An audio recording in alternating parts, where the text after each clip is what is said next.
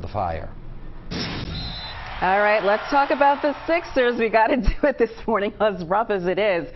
Definitely a rough night for the team, and last night's messy loss to the Raptors is now forcing a Game 6 happening in Toronto on Thursday. Eyewitness News reporter DiMattei joining us live from the Wells Fargo Center. So Ross, I was telling everybody I stayed up well past my bedtime to watch half of this game last night, and I'm glad I didn't stay up to watch the second half because yikes, so what a showing by the Sixers.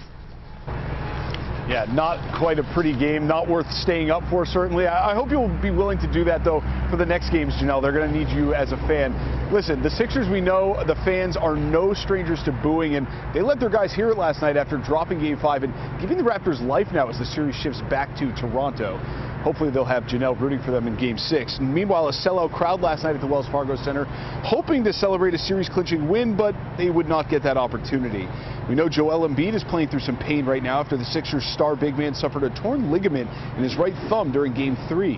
Embiid had 20 points and 11 rebounds last night, but was terrible defensively. Those were his words, not mine. And the rest of the Sixers starters struggled, shooting less than 41% from the field, and their bench got outscored 29-11.